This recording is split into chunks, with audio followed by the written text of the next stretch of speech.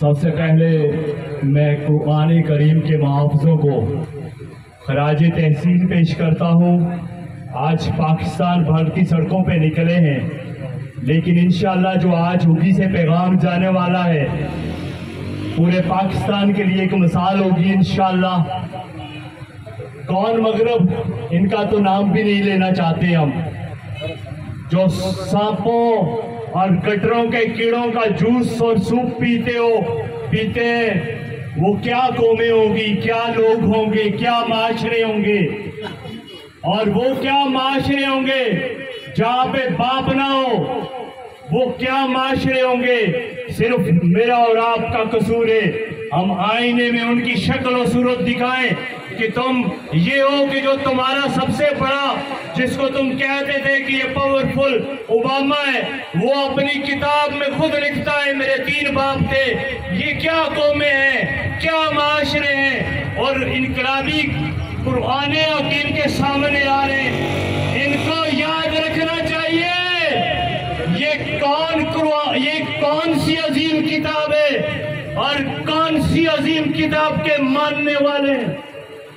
میرے اس بارڈر کے اس پار دنیا کو دکھایا، قرآن والوں نے آدھی دنیا سے زائد ایک طرف تھے اور ان کو وہ رگڑا دیا کہ ان کی نسلیں بھی یاد کریں گی۔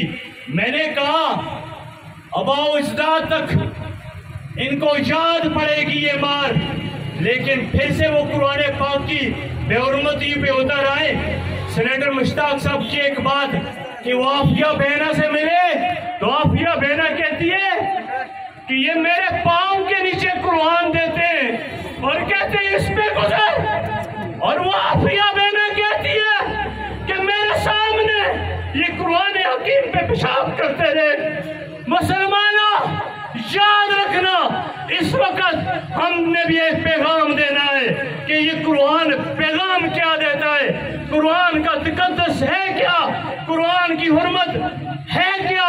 اگر وہ گستاخیاں کرنے سے باز نہیں آئے تو ہم بھی سینے سے بھی لگائیں گے، لیکن جو لوگ قرآن کے محافظ ہیں اور جن کے سینوں میں قرآن ہے ان کی ہم عزت کریں گے۔ ہم نے ایک نعرہ لگانا ہے کہ قرآن والوں کو عزت دو، بوٹوں والوں کو نہیں، ووٹوں والوں کو نہیں، عزت دو قرآن والوں کو، دنیا بھی بنے گی آخرت بھی بنے گی۔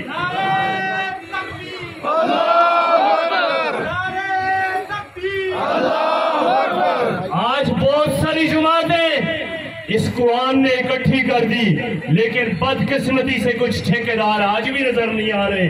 اور میں کہنا چاہتا ہوں افواج پاکستان کا سالار حافظ قرآن ہے، اور اتنے بڑے جمگٹھے حکومت کی آج جو سربراہ ہے یہ بھی حافظ قرآن ہے۔